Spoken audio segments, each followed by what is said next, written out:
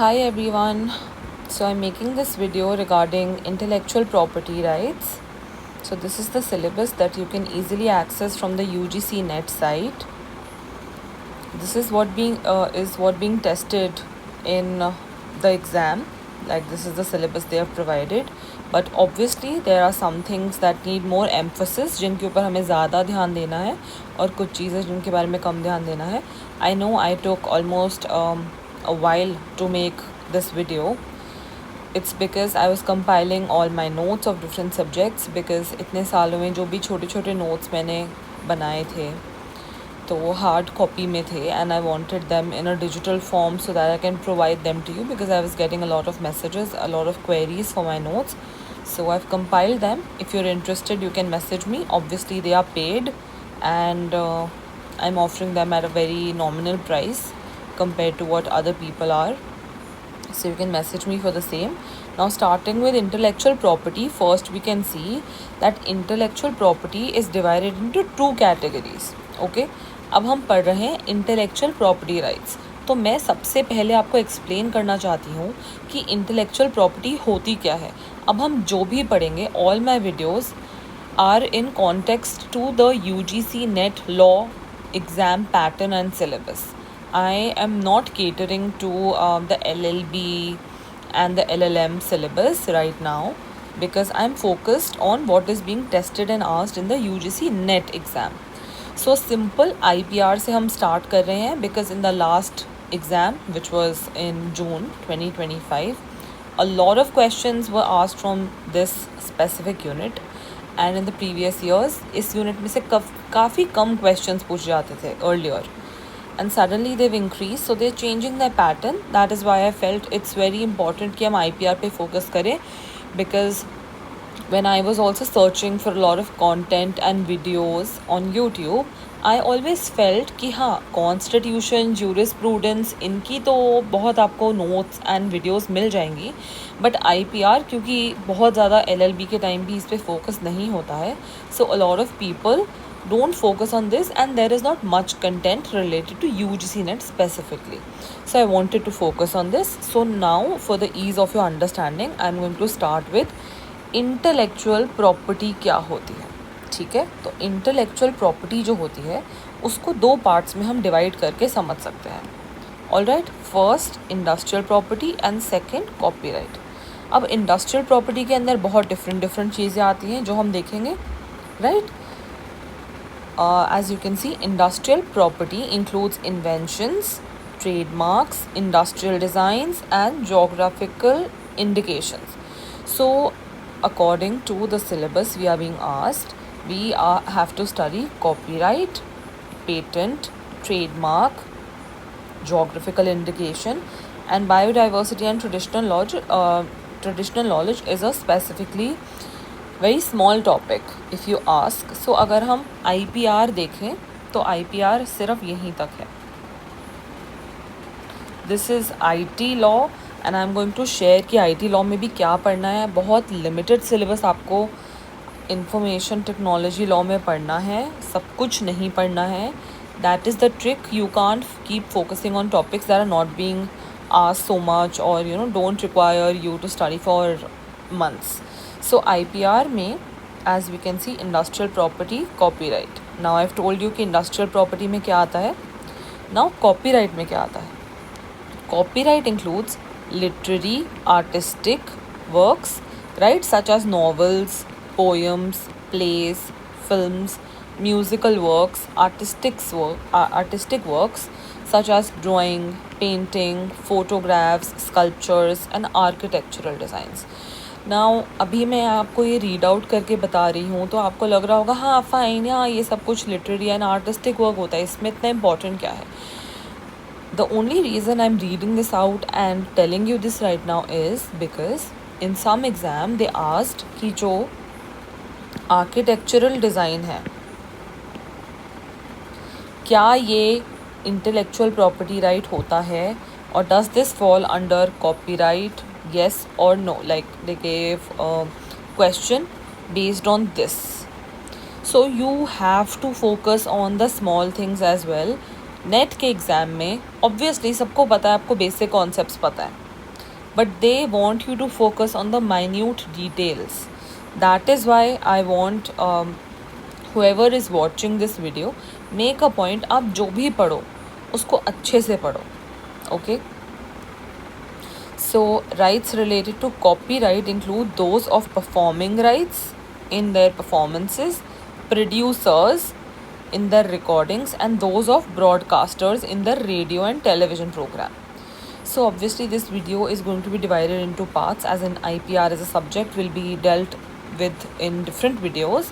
So first we will focus, and why I've highlighted this is, इससे मैं आपको last 3 years में 4 से 5 क्वेश्चन दिखा सकती हूँ जो सिर्फ इस पैराग्राफ से बने थे. Okay, so it's very important to focus on the small things, and we will see some PYQs. I'll make a very, like, the last video will be of the IPR compiled PYQs. Okay, so you have to wait for that video and I'll discuss this, but right now just make it a point that you have to note this down. If you will comment below and share your email ID, I'll share my notes with you, okay, in a PDF form, so that will be easier for you. Okay, so अब हमने intellectual property rights, ठीक है, IPR क्या होता है, intellectual property rights.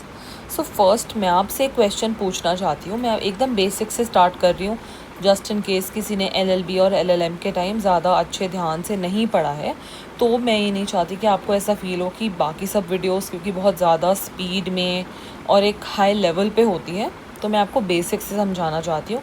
That is why I was this question.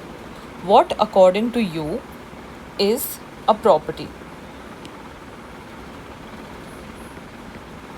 Okay, so what according to you is a property. अगर मैं आपको बोलूँ लेमैन टर्म्स में कि प्रॉपर्टी क्या होती है, तो आपके दिमाग में क्या आएगा? एक हाउस या एक कार, राइट? कि हमारे पास कोई लैंड है, प्लॉट है, कोई फ्लैट है, कोई बंगलो है, कोई कार है. These are the basic things that come to your mind, right? So these are all examples of property. ठीक है, अब हमें समझ में आ गया कि ठीक है प्रॉपर्टी क्या होती है, बेसिक सबको अंडरस्टैंडिंग है. अब हम बात करेंगे इंटेलेक्चुअल प्रॉपर्टी की. इंटेलेक्चुअल प्रॉपर्टी क्या होती है? ठीक है, that is the question. Now let's see. जो घर होता है उसको आप टच कर सकते हो, फील कर सकते हो. गाड़ी को भी हम टच और फील कर सकते हैं, राइट? सो जिन चीज़ों को हम टच कर सकते हैं उसके लिए हम एक वर्ड यूज़ करते हैं, tangible. Tangible means something we can touch, right? So something we can touch is tangible. जो प्रॉपर्टी है हम उसको टच कर पा रहे हैं वो टैंजिबल. सो अब इंटेलेक्चुअल प्रॉपर्टी क्या है? Intellectual property is made out of intellect and that is not tangible.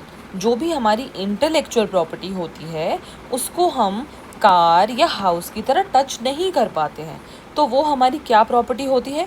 Corporeal property. Corporeal property which is tangible.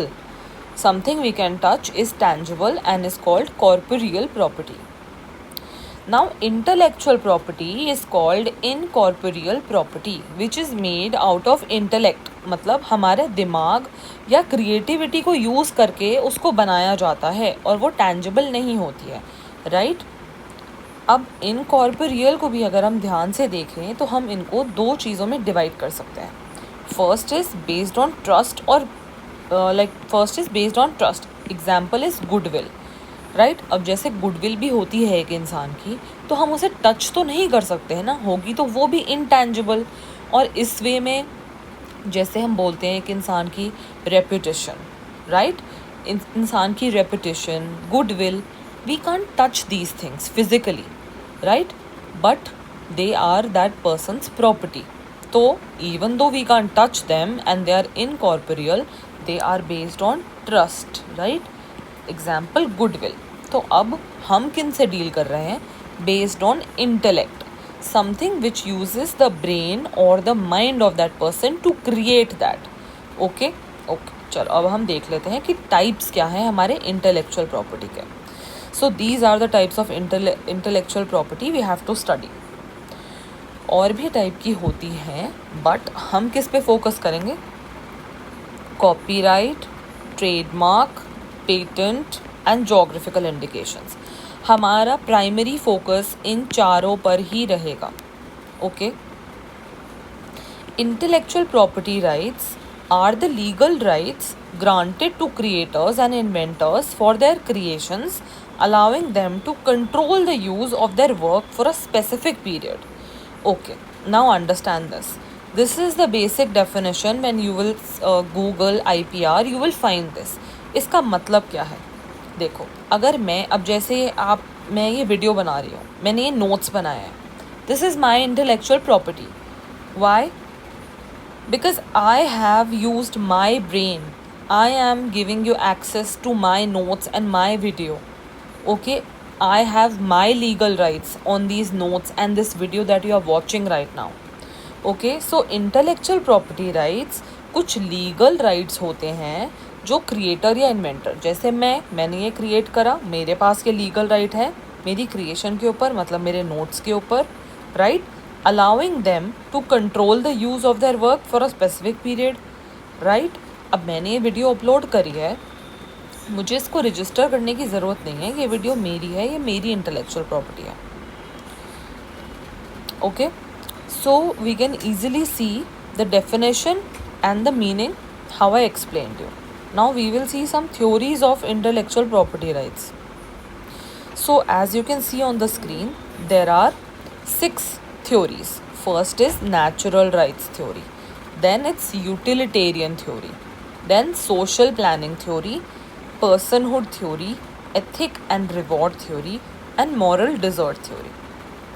So in the first video of IPR, I'm just going to give you the introduction of IPR that I gave you for your basic understanding, and I am going to discuss these theory. The first video is just going to inculcate these concepts. Okay, so let's see natural rights theory. Natural rights theory को labour theory भी कहा जाता है. Okay, क्यों कहा जाता है? जो जॉन लॉक है वो इसके प्रपाउंडर थे. ओके, इसमें कुछ थ्योरीज के कोई प्रपाउंडर है, मतलब कोई इंसान ने कोई एक ये बात सोची, ये थ्योरी बनाई और उसको आगे फॉलो किया गया, तो उनको उनका ड्यू क्रेडिट देते हैं. That is why in this specific theory we can see John Locke का आइडिया था ये कि जो एक ऑथर है उसका अपने प्रोडक्शन पर एक नेचुरल राइट होता है. ओके, क्योंकि वो उनके इंटेलेक्ट और उनके लेबर से आया है, राइट. अब लेबर थ्योरी का क्यों? बिकॉज एग्जाम्पल, मैंने ये नोट्स क्रिएट करे हैं, राइट, जो आप पढ़ रहे हैं. अब ये मेरे इंटेलेक्ट का रिजल्ट है ना, मेरे इंटेलेक्ट ने इसको बनाया है, राइट. सो ऑब्वियसली नेचुरली मेरा ही राइट होगा ना इसके ऊपर. कोई XYZ इंसान तो इसके ऊपर क्लेम नहीं कर सकता, because these are my own handwritten notes, right. So as you can see, आपका अपना काम तो मतलब आपका अपना right.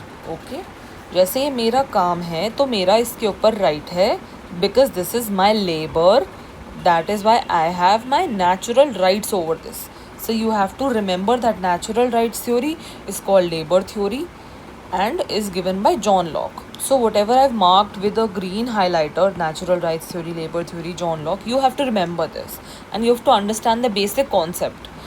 There have been questions in the past where they've literally just asked you one thing, that labor theory was propounded by Hegel, John Locke, Roscoe Pound, right? They give you 4 options and you have to choose. So questions can be very direct as well.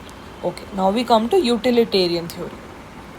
Okay, मैं आपको ये सब theories बहुत ही layman terms में समझा रही हूँ. For this video my notes include extensive explanations. If you are watching this video and you want a deeper understanding, even though for this exam you don't require a very deeper understanding level, you require a mid-level understanding where you know what the concept stands for and what are the basic roots of it, and then किसने दी, वो क्या है, मतलब ऊपर से भी आपको पता होना चाहिए, और mid level. I do not think that you require a very in-depth knowledge of all the subjects except for constitution. Except for constitution, they will there are a few other subjects where they can ask you they can give you a random situation scenario, application based questions जिनको कहा जाता है. पर उसके सिवाय IPR में you can stick to whatever I'm teaching you. If you want me to provide the notes as well, I will provide them. You can message down below. Okay, coming back to utilitarian theory, this is also called the incentive theory. Okay, अब इसको समझते हैं. जब कोई industrial progress होती है तो वो बेनिफिट किसको करती है? सोसाइटी को, राइट? एग्जाम्पल, जैसे मैंने आपको पहले अपने फर्स्ट में अपने नोट्स का एग्जाम्पल दिया था, इसमें मैं आपको इंटरनेट का एग्जाम्पल दूंगी.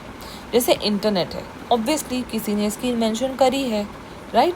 और उसको उसका ड्यू क्रेडिट मिला ही होगा, उसके ऊपर उसके नेचुरल राइट्स मिले होंगे क्योंकि उसके लेबर और इंटेलेक्ट का वो एक रिजल्ट है. Fine, but if you see the larger picture today, you are currently studying on the internet. You want, it can help you in so many ways to get connected to different people all around the globe.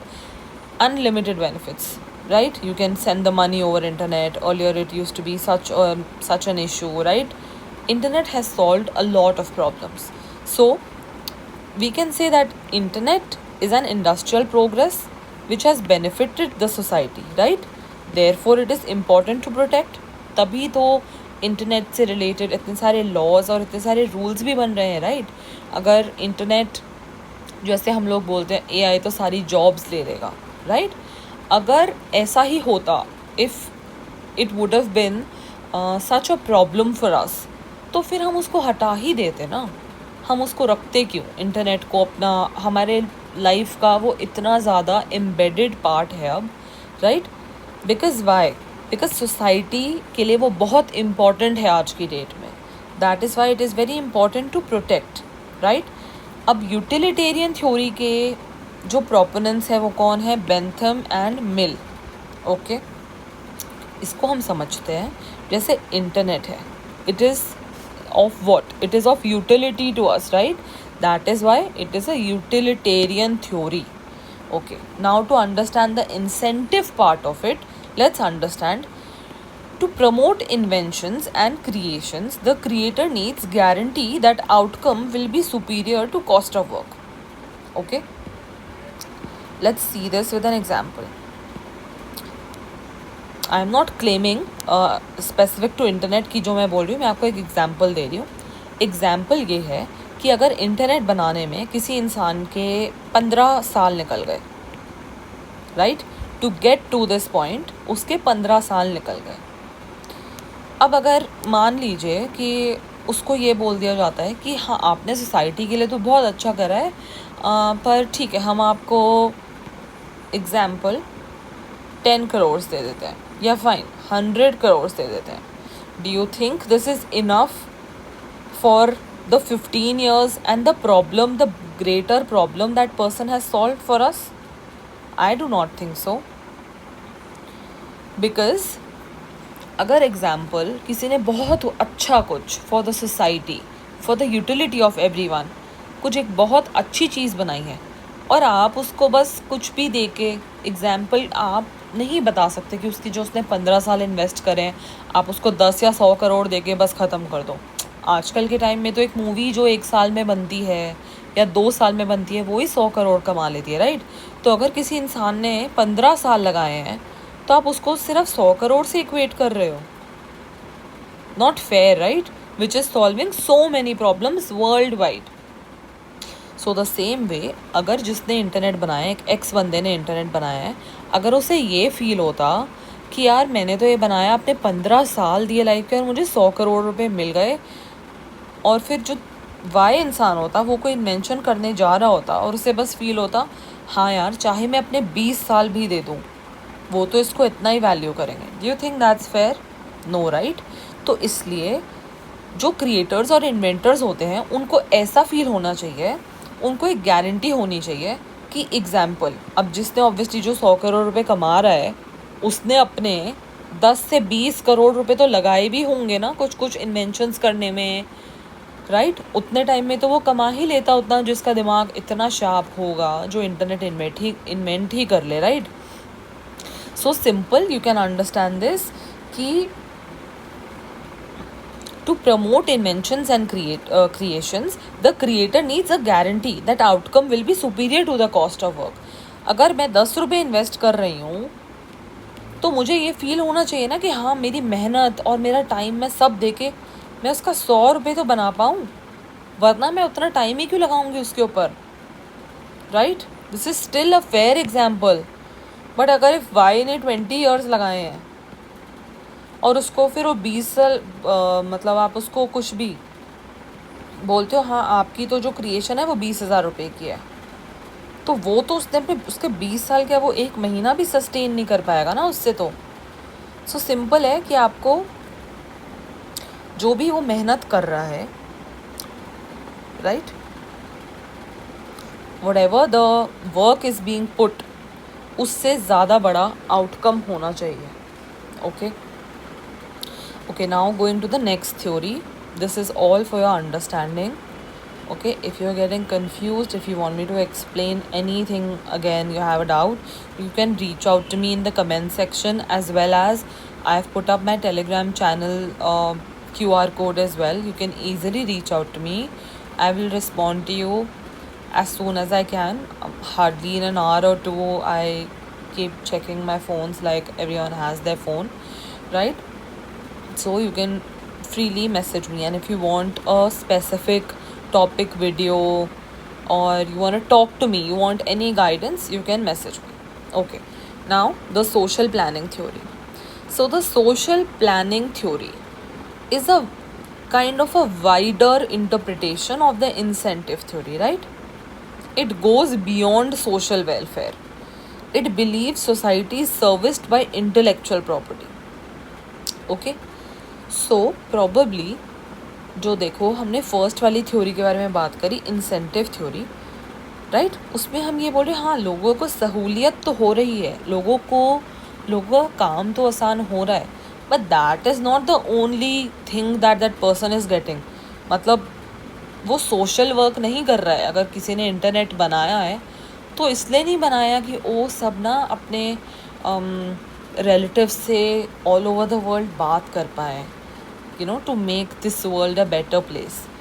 Incentive theory इसके बारे में बात नहीं करती है. जो social planning theory है वो इसके बारे में बात करती है कि कुछ चीज़ें, कुछ इंटेलेक्चुअल प्रॉपर्टी और कुछ क्रिएशंस और इन्वेंशंस सिर्फ सोशली वेलफेयर करने के लिए, किसी के लिए या फिर कुछ स्पेसिफिक क्लास ऑफ पीपल के लिए कुछ अच्छा करने के लिए ही बनाई जाती हैं कुछ चीज़ें, कुछ inventions, right? So this talks about the larger picture, believes that society is serviced by intellectual property. It deals with for society at large. Okay, like if someone has thought about a social welfare scheme, right? या फिर like कोई बहुत ही अच्छी water conservation technique कोई invent करता है, right, जिससे लोग पानी बचा पाएँ और उसको अच्छे से यूज़ कर पाएँ, उस सोच से करता है अपने इंटेलेक्ट का यूज़, तो हम उसको सोशल प्लानिंग थ्योरी के अंडर कंसिडर कर सकते हैं, right? So there is no proponent in this one, but you have to remember the proponents of utilitarian theory, which is also called the incentive theory, Bentham and Mill. Personhood theory is also called the personality theory. इसके proponents कौन है? Hegel and Kant. Okay, so Hegel and Kant claim that intellectual rights permit and protect the developing of a personality and extends to material thing. Okay, so let's again come to the example of this video, my notes that you are studying right now, right? So this is my work, right? I have invested my time on it. I have used my own brain. Example, आपको और अच्छे से समझाने के लिए आप किसी के भी नोट्स पढ़ सकते हो, आप किसी की भी वीडियो देख सकते हो, राइट? पर आप मेरे ये स्पेसिफिक नोट्स पढ़ रहे हो, तो मैंने ट्राई करा है कि मैं इवन दो मैं हैंड रिटन नोट्स हैं मेरे, बट मैंने उनको डिजिटली बनाया है, कलर स्कीम एक करी है फॉलो।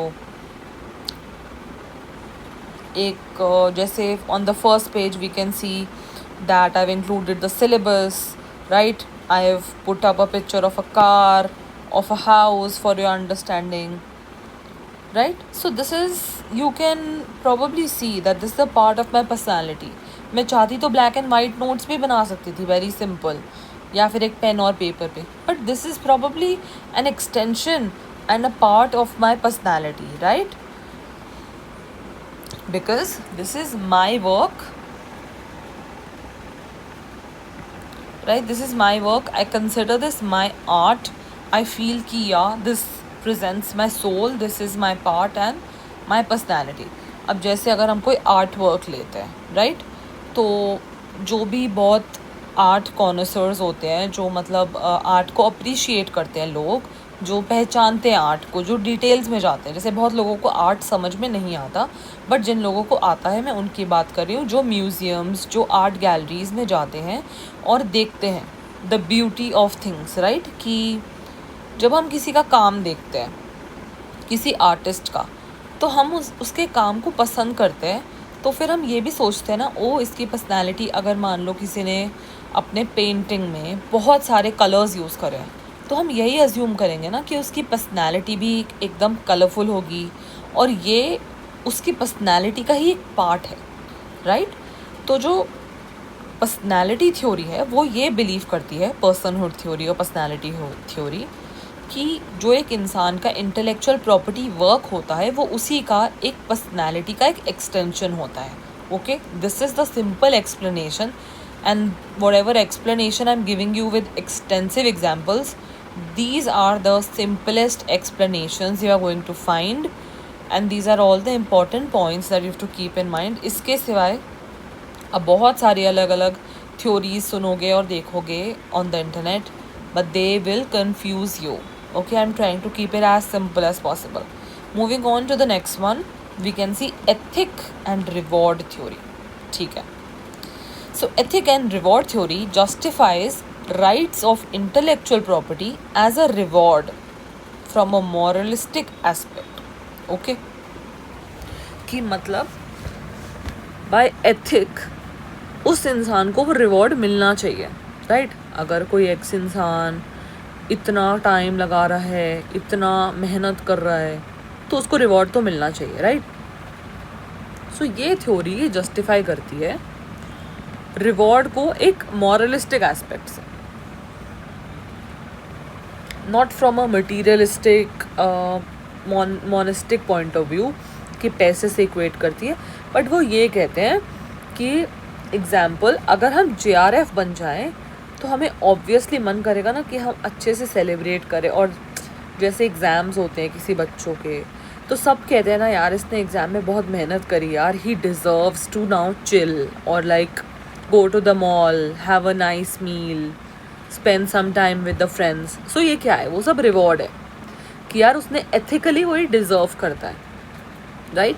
सो ये जो थ्योरी है ये बोलती है कि वो रिवॉर्ड जो है वो मॉरलिस्टिक एस्पेक्ट से उसको मिलना चाहिए as an acknowledgement and indebtedness to author, कि उसका बनता है, उसका उसने ये मतलब डिज़र्व करता है वो. This is the basic aspect of this theory. Next one, moral desert theory. So according to Locke, every man has a property in his own person, right? That is, fruit of man's labor belongs to him only. Okay?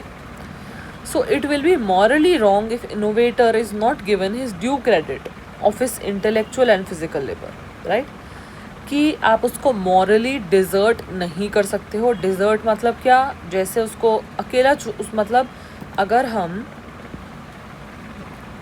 ये x इंसान ले और ये इसका work लें, तो वो कह रहे हैं कि जो इनोवेटर है उसको इससे एसोसिएटेड रखो ना,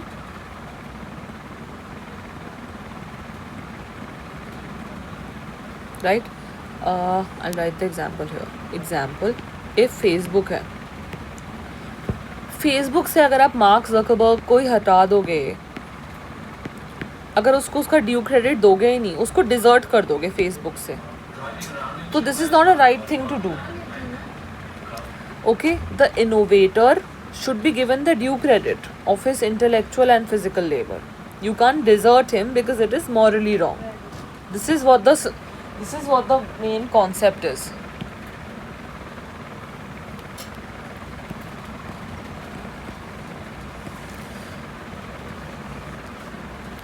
Now let's see the economic theory. This is the last one and this is very small. So they say the intellectual property rights is directly related to its value in market economy, right? An incentive is must to overcome losses in market based on monetary benefit of IP. वही simple, obviously अगर कोई इंसान कोई चीज़ create कर रहा है और आप बस उसे कह रहे हो हाँ आपको ना इसका क्रेडिट तो मिल जाएगा पर आपको इसके पैसे नहीं मिलेंगे, तो फिर क्या फ़ायदा उसका. अगर उसने मतलब उस बेसिकली आप किसी भी एक एग्ज़ाम्पल को इंडिविजुअली नहीं ले सकते और कह सकते हो कि हाँ इस इंसान को हम ये देंगे या वो ही देंगे. These all are theories given by different propounders. You have to know all of them. ये थ्योरीज अलग अलग आगे जाके डिफरेंट एस्पेक्ट्स में अप्लाई होती है. Okay, let's see this last thing, which is legislations regarding IPR, and that will be the end of this video. So patents, design, trademark, copyright, layout, design, all of these you have to remember. They keep asking the years. इसमें से बहुत सारे questions बनते हैं, so you can't not focus on this. Everyone has to learn this, and if you want me to share my notes, there's nothing to discuss in this. It's just the years and the names. You have to know this, so I've included them in my notes. If you have any other further suggestions regarding my video, I know it became a little long because I was explaining at my ease, so you can let me know. Alright, that is it.